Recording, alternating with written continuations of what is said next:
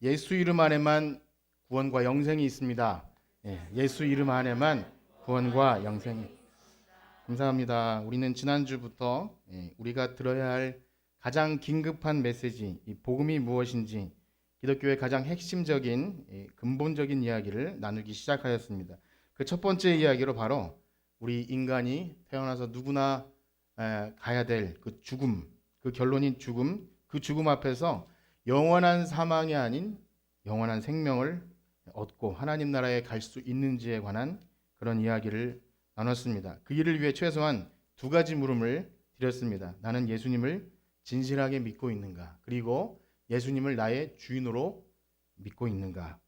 여러분 어떠하신가요? 한 주간 사시면서 그 물음이 이 죽음에 관해서 또한 영생에 관해서 여러분들이 진실로 예수님을 믿고 있는지 그 물음이 여러분들의 삶에 어느 정도 영향을 미쳤습니까?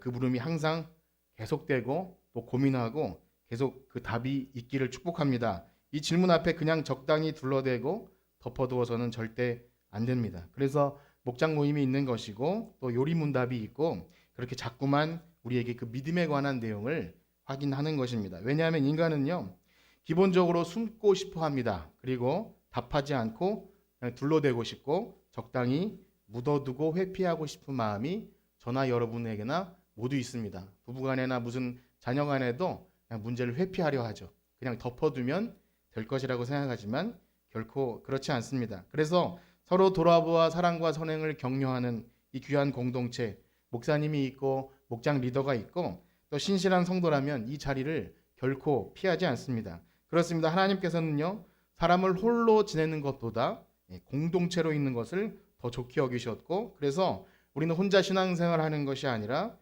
우리 함께 있는 몸된 교회의 지체들 예수 그리스도를 머리로 하고 그 몸의 지체된 우리가 함께 주님의 자녀이라는 것을 확인해 나가는 이 귀한 자리 여기가 바로 교회인 줄 믿습니다. 우리 옆에 계신 분과 인사할까요? 함께 믿음의 길을 걸어갑시다. 함께 믿음의 길을 걸어갑시다. 우리는 절대 섬처럼 홀로 떨어진 사람들이 아니죠. 참고로 제가 이제 여러분들에게 드릴 이 주일 낮에 드리는 이 말씀은요 매우 기초적이지만 아주 근본적인 복음에 관한 내용들을 전해주는 좋은 책과 자료들이 있어서 그 출처를 소개해드리고 함께 계속 나눌 텐데요. 사실 제 야심은 그 목장 모임 때 이 책을 드리고 한번 나눠보면 어떨까 이런 생각이었는데 모임 자체도 아직 잘 그렇게 어색해하는 분도 계시고 또 매일 성경도 어려운데 제가 또 과제 하나를 드리면 안 될 것 같아서 제가 요즘에 보는 책은 이 거듭남과 십자가라고 하는 박순용 목사님이 쓰신 책인데요. 그래서 한번 시간이 굉장히 남으시거나 책을 좋아하시는 분들은 이 책을 한번 권해드리겠습니다. 그리고 제가 주보에 나오는 이 질문들은 이 책에서 많이 도움을 받았고 이 목사님을 자주 또 만나고 있습니다. 그렇습니다. 여러분께서 신앙을 위해서 뭔가 내가 하고 있는 것이 있는지를 좀 점검하기를 축복합니다. 영생, 구원과 영생 이것이 우리의 삶에 가장 중요한 것인가를 항상 생각해야 됩니다. 그래서 오늘은 그 두 번째 시간으로 거듭남이라는 것에 관해서 함께 나누도록 할 텐데요. 먼저 지난 시간에 죽음과 영생에 관해서 여러분과 말씀드리면서 이런 생각이 들었습니다. 과연 믿지 않는 사람들은 이 죽음과 영생에 관해서 별로 생각하지 않을까? 그런데요, 결코 그렇지 않죠. 우리가 일반적으로 신앙이 있든지 없든지 자연적으로 형성되어 있는 그 영원에 대한 감각이 사람에게 있어요. 그래서 여러분들 세상에서도요, 어떤 안타까운 죽음이 있거나 아니면 참 그런 뉴스에서 들려오는 일이 있을 때 사람들은 그렇게 추모하죠. 이젠 그 고생 다 잊고 좋은 데 가서 편히 쉬어라. 교회 다니든 안 다니든 그 마음이 다 있어요. 그래서 우리가 누군가를 추모할 때 좋은 곳에 영면하세요. 뭐 이런 말을 하지 않습니까? 그냥 그것이 학습된 것일까요? 그냥 전해 내려오는 그런 관습일까요? 결코 그렇지 않습니다. 전도서 3장 11절에 보면 하나님이 사람에게 영원 사모하는 마음을 주셨습니다. 그렇기 때문에 인간은 기본적으로 영적인 존재이고 영원한 세계를 생각합니다. 그래서 종교도 만들고 철학도 만들고 어떻게든 착하게 살아서 다음 생에는 어떻게든 그리고 사실상 영원한 세계가 없다거나 사람이 우연히 생겨난 어떤 단백질로 출발한 그런 진화론에 기초한다면 조금 막말로 얘기해서 착하게 사실 필요가 없잖아요. 뭘 그렇게 다른 사람들에게 선행을 행하고 열심히 살 필요가 뭐가 있습니까? 그냥 즐겁게 쾌락을 즐기다가 그냥 없어져 버리면 되는 존재 아닙니까? 절대 그렇지 않다는 거죠. 하나님은 사람을 그렇게 창조하시지 않았습니다. 그런데요, 오늘날 많은 사람들이 이 교회에 다니는 이유에 관해서 아주 뭐 대단한 통계 조사는 아니지만 이렇게 해보면 제일 높은 수치가 한 40% 되는 수치가 그래도 구원과 영생을 위해서 교회에 다닌다고 합니다.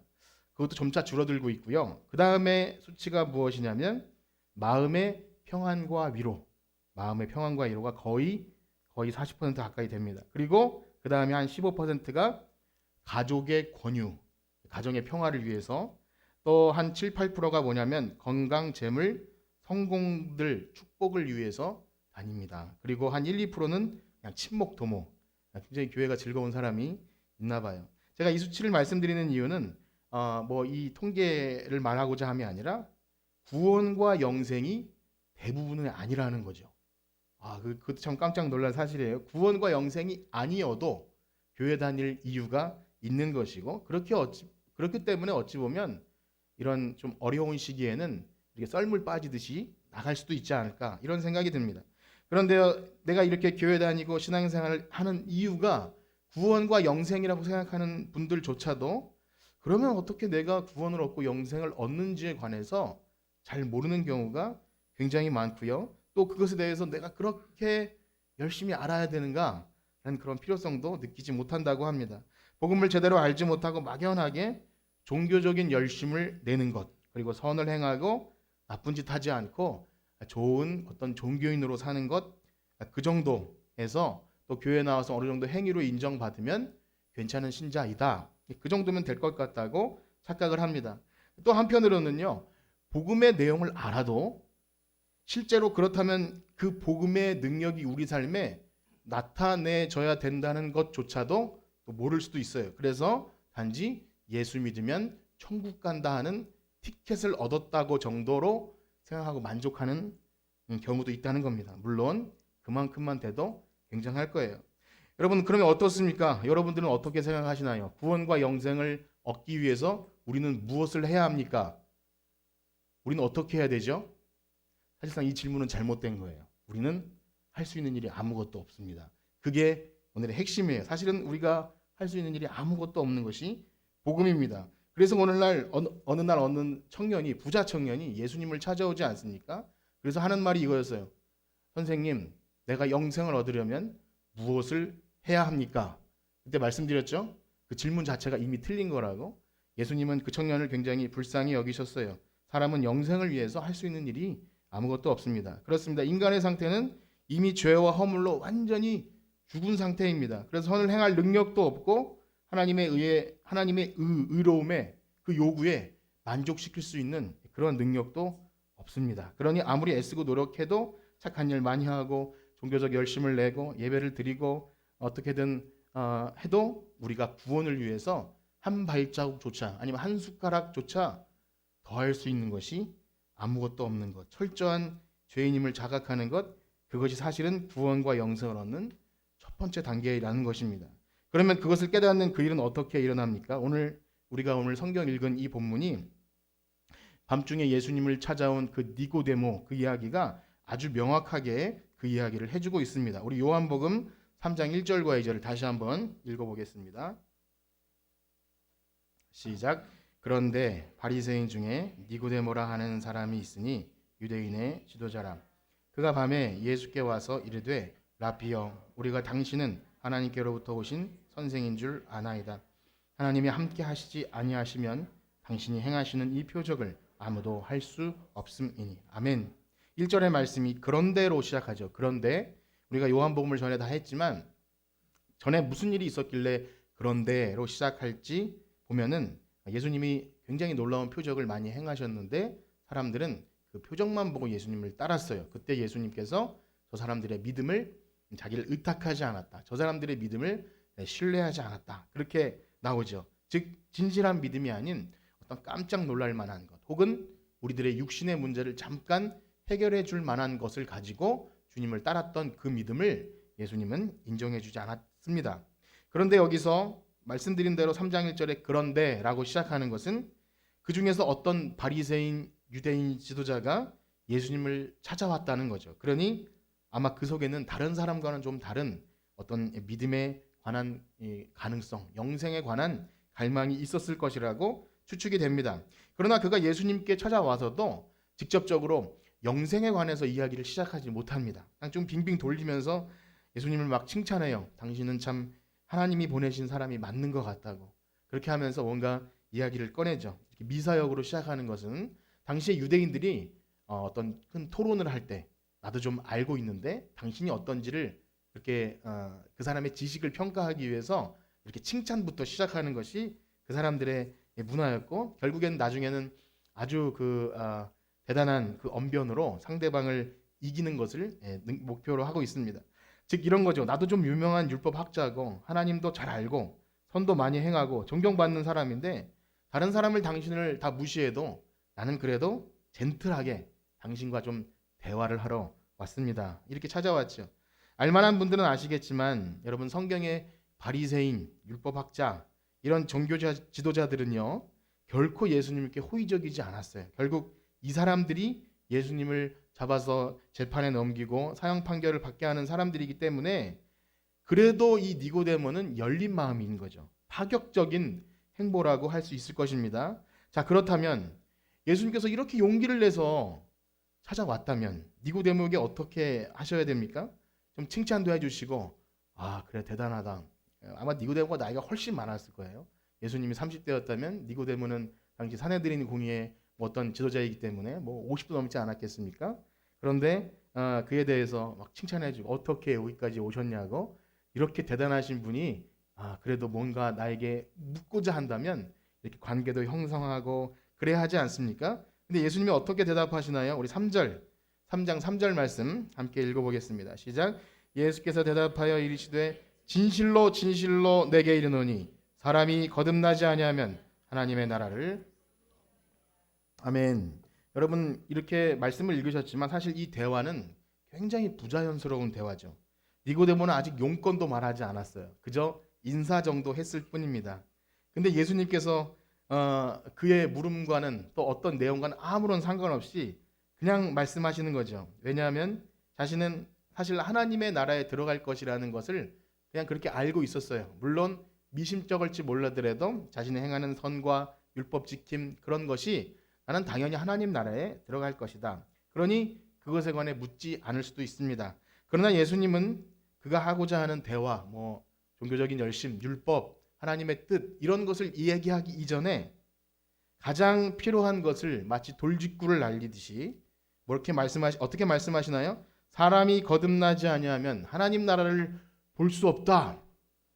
그렇습니다. 사람이 거듭나지 아니하면 그 좋은 성경 이야기, 뭐 화려한 설교, 성경 공부 혹은 예배, 헌신과 봉사 그 모든 것들이 아무 의미가 없다는 것입니다. 그렇기 때문에 니고데모는요 자신이 사회적으로 종교적으로 인정받고 당연히 하나님 나라의 맨 앞줄에 들어갈 것이라고 생각했고요. 아무 의심도 하지 않았지만 예수님은 그와 대화를 이어나가시기 전에 그의 생각을 바꿔주지 않고서는 사실 그 어떤 대화도 의미 없다는 것을 알고 계셨어요. 그래서 아마도 니고데모는 이 상황이 매우 당혹스러웠을 것입니다. 살짝 기분도 나빴을 거예요. 아니 지가 뭔데 나에게 하나님 나라를 볼 수 있느니 없느니 나를 지금 가르치는가? 지금 나를 무시하는 건가? 그렇게 생각할 수 있습니다. 그러나 사랑하는 여러분, 교회에 어떤 사람이 나왔는데 그가 세상에서 사회적 지위가 굉장히 높고 존경도 받고 뭐 정치인이고 혹은 뭐 여러 가지 어떤 것이 있고 또 신앙의 연조가 있다 할 때 그래서 그를 높여준다든지 요즘에 그런 재밌는 이야기 뭐 정치인이 선거철에 교회 왔을 때 인사를 해야 될지 말할지 그런 이야기 있지 않습니까? 인사를 시켜주고 존중하고 그래도 신자시네요 하면서 배려해 주는 것이 오히려 그것이 그에게 영생의 길을 찾는 것을 방해할 수 있다는 거예요. 왜 그렇습니까? 교회는요 생명이 달린 문제잖아요. 죽음으로 가는 지옥으로 가는 사람에게 영생 천국을 알려주는 너무나 시급한 일을 하는 곳인데 만약 그러한 배경을 인정해주고 알아주고 그가 당연히 괜찮은 신앙을 가질 것이라는 것을 이렇게 추측한 채로 그냥 내버려두면 오히려 그를 죽이는 일이 될 수 있다는 겁니다. 어쩌면 그러한 배경이 오히려 복음을 알게 하는 장애물이 된다는 거죠. 그렇게 평생을 교회 언저리에서 수박 겉핥기를 하다가 어떻게 보면 영생을 알지도 못하고 그렇게 죽을 수도 있을 것이라는 겁니다. 그러므로 교회는 세상의 어떤 사회적인 지위고와 부와 명예, 혹은 교회 경력, 그 어떤 배경도 그냥 다 똥처럼 버리고 구원받아야 될 한 명의 죄인으로 하나님께 겸손히 나오는 것, 그 예배자 하나님이 그를 만나 줄 줄 믿습니다. 우리의 마음이 그러한지 항상 생각해야 됩니다. 그렇습니다. 오늘날 이 현대인들은 이 고상한 지식과 배움, 얼마나 다 배움의 끈이 깁니까? 웬만하면 다 대학에 나오고 과학적 지식도 얼마나 많습니까? 그렇기 때문에 고리타분한 이 교회 용어, 성경적인 이야기를 그냥 빼고 그들과 어울릴 수 있는 이 접점을 찾아서 문화적인 접근을 하고, 그래서 마음문을 열게 하고 뭐 여러 가지 시도도 하고, 그래도 목사님도 좀 공부를 많이 한 학위도 있는, 그래야 복음 듣기에 수월하다고 생각할 수 있습니다. 그러나 그것은요, 오늘 예수님이 니고데모에게 하신 말씀을 생각한다면 죽음을 향해 달려가는 죄인들에게 굉장히 사치스러운 거예요. 아무 필요 없는 것을 그냥 언저리에서 그렇게 헤매는 거죠. 오히려 복음이 무엇인지 알지 못하게 하고, 결국 아무리 좋은 이야기를 해줘도 그는 영생과 관련이 없다는 겁니다. 그러면 방법은 무엇입니까? 우리가 만약에 그래요, 당신 참 잘하고 있습니다, 그 정도면 굉장한 신앙입니다. 그렇게 하는 것이 아니라 당신이 가지고 있는 그것으로는 결코 영생을 얻을 수 없습니다 라고 이야기해 줘야 됩니다. 세상이 말하는 그 좋은 곳 당신은 갈 수 없어요 라고 얘기해 줘야 돼요. 진실로 진실로 내게 이르노니 사람이 거듭나지 아니하면 하나님 나라를 볼 수 없느니라, 그렇게 정확하게 말해 주어야 한다는 겁니다. 그렇습니다. 예수님께서 니고데모에게 해주신 말씀은요, 지금도 여전히 여러분들께서 하나님 나라를 보기 원하고 영생을 소유하기 원하신다면 동일하게 여러분들에게 주시는 말씀입니다. 어떠하십니까? 여러분, 사랑하는 여러분, 거듭나셨습니까? 거듭남이 있다는 것조차 혹시 생소하신가요? 알긴 아는데 별로 느낌이 없으십니까?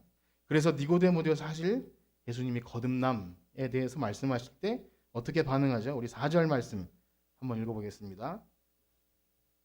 시작. 니고데모가 이르되 사람이 늙으면 어떻게 날 수 있사옵나이까? 두 번째 모태에 들어갔다가 날 수 있사옵나이까? 도저히 이해가 안 간다는 거죠. 이것이 영적인 문제이기 때문입니다. 지금 니고데모가 정말 몰라서 물었다고 하기엔 너무 창피한 거죠. 그 사람이 그래서 살짝 비꼬듯이 얘기한 거라고 봅니다. 지금 말씀하시는 것, 에이, 그런 말도 안 되는 소리 하지 마세요. 제가 이게 늙었는데 어떻게 또 엄마 뱃속에 들어갔다가 나온다는 것입니까? 왜냐하면 전혀 그 의미를 알 수 없었죠. 어떻습니까? 여러분, 거듭남이 무엇인지 아십니까? 그것이 우리의 구원의 가장 기초적인 단계라고 하는데 그 사실을 생각하고 계십니까? 그런데 만약 거듭나지 않고는 오늘 성경 말씀은 그 성경이 말하는 모든 약속과 진리와 영원한 생명과 상관이 없다고, 소유할 수도 없다고, 볼 수도 없다고 말씀하시죠. 만약 거듭남이 없다면 교회에서 아무리 열심히 신앙생활하는 것, 물론 그런 논리적인 거죠. 뭐 그럴 수는 없겠지만 그렇다고 해도 기독교와 상관이 없을 수 있다는 것입니다. 그래서 모든 신자는 예외 없이 거듭나야 됩니다. 초신자뿐만이 아니라 교회 오래 다닌 사람도 혹은 모태신앙도 이 거듭남이 없다면, 아무리 교회에서 태어나고 자라도 교회에서 잔뼈가 굵어도 거듭남, 중생, 그것을 한 번도 경험해 보지 못했다면 그저 아까 전에 통계로 말씀드린 부모의 권유로 혹은 가정의 평화를 위해서 자연스럽게 기독교 문화가 우리와 친근해서 그렇게 했다면 그냥 그 삶뿐이죠. 그런데 우리가 이 거듭남에 관해서 좀 오해하고 있는 것이 몇 가지 있습니다. 그것은 바로 이 거듭남이라는 것이 우리가 이제 교회에 나오게 되었으니 전에 살았던 삶을 좀 수정하는 것, 돌이킬 것을 돌이키고 그 정도로 여길 수 있다는 거죠. 즉 거듭남이라는 것을 우리의 생활 방식에서 전에는 몰랐지만 다른 사람의 마음을 좀 아프게 하거나, 이렇게 내가 실수를 많이 했구나, 내가 말로 사람에게 상처를 줬구나, 그런 것을 좀 개선하고 그 정도로 생각하는 경우가 있습니다. 그러나 결코 그렇지 않습니다. 거듭난다는 것은 말 그 자체로 다시 태어나는 거예요. 다시. 바로 그리스도 안에서 이전 것은 지나갔으니 보라 새 것이 되었도다 하는 것처럼 완전히 새 생명으로 거듭나는 겁니다. 그렇습니다. 복음을 알기 전에 우리가 가지고 있던 것을 그대로 놔둔 채로는 결코 안 된다는 것이요. 그것이 아무리 사람이 세상에서 존경받는 사회적인 지위나 혹은 학식이나 선행, 저 사람은 참 법 없이도 살 수 있어라는 그런 참 착한 사람이 있을 수도 있죠. 그러나 거듭나는 일에는 아무런 소용이 없다는 겁니다. 오히려 그것들이 더 방해가 될 수 있어요. 나의 업적이나 그것 때문에 스스로 교만해지기도 하고요. 그러한 가능성들에 대해 내가 그래도 자부심이 있었는데 교회 나왔더니 당신은 거듭나지 않으면 하나님 나라에 갈 수 없다라고 말하니 니고데모처럼 기분이 상할 수도 있다는 겁니다. 그러나 진정한 거듭난 그런 신자들은 가장 먼저 선행돼야 할 것이 나의 모든 가능성들을 그냥 무시하는 거예요. 내가 이제까지 따라서 추구했던 것들은 죄의 삭시구나. 그냥 죽음을 향해 달려가는 죄만 쌓았던 것이구나. 그러면 그것을 깨닫는 은혜가 있기를 축복합니다. 사도 바울도요, 예수님을 진정 만난 이후에는요, 그 사람이 얼마나 똑똑한 사람인지 몰라요. 오늘날로 얘기하면 최고의 지식인이고, 이렇게 고상했고, 그리고 자기가 가진 그 자부심이 얼마나 대단한지 몰라요. 근데 예수님 만난 이후로 뭐라고 그러죠? 그런 것들을 다 배설물처럼, 똥처럼 버렸다. 왜냐하면 그것이 내가 주님을 만나지 못하게, 오히려 주님을 대적하게 했던 것들이 됐다는 거죠. 그래서 거듭남은 건축으로 따지자면 적당한 리모델링이나 그냥 페인트 바르는 일이 아니라 허물어 버리는 거예요. 다 허물어 버리고 새로 짓는 것입니다. 그렇습니다. 여러분, 당대에 뛰어난 엘리트요, 율법을 잘 지키고 하나님을 잘 섬겼던 바울이나 오늘 본문에 나오는 니고데모조차 예수님이 거듭나야 한다고 말씀하셨다면 우리는 어떻겠습니까? 우리에겐 더하지 않겠습니까? 더나 덜이나 아무 상관없이 이 땅의 모든 사람은 의인이 없나니 하나도 없고 하나님을 알만한 그 속에 것이 아무것도 없어요. 역시 거듭나지 않으면 하나님 나라에 들어갈 수 없습니다.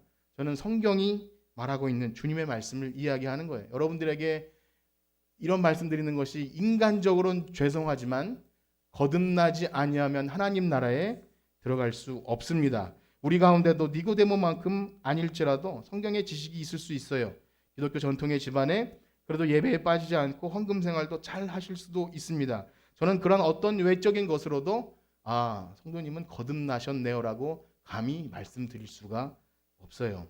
그것은 주님의 말씀입니다. 오히려 거듭나지 못한 상태로 아무리 귀한 복음과 영생의 말씀, 은혜로운 이야기가 있어도 사실은 전혀 알아듣지 못하고 성령의 감동도 있지 않은 것입니다. 어쩌면 그래서 오늘날의 많은 교회 메시지가 세상 사람들도 알아들을 만한 것, 감동적인 예와 심금을 울리는 그런 이야기, 심리학적인 이야기, 사람이 도덕적으로 어떻게 하면 잘 살 수 있는 이야기가 참 감동되고 인기 있는 설교라고 생각할지 모릅니다. 왜냐하면 거듭나지 못한 자들도 교회에 나와서 이렇게 가족의 권유나 어떻게 나왔는데 충분히 공감이 돼요.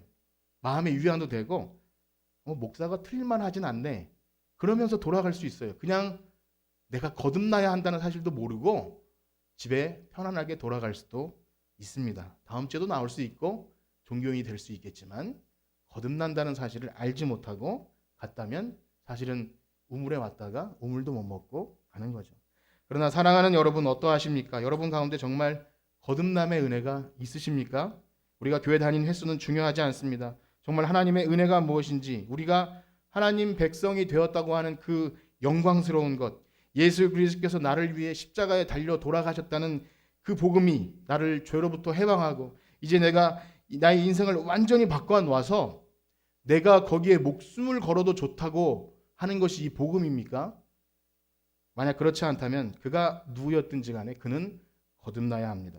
예수님을 믿노라 하면서도 하나님의 백성됨의 영광스러움을 모른다든지 그 삶이 삶에서 아무런 능력도 발휘될 수 없다면, 열매도 없다면 그 사람은 거듭나야 합니다.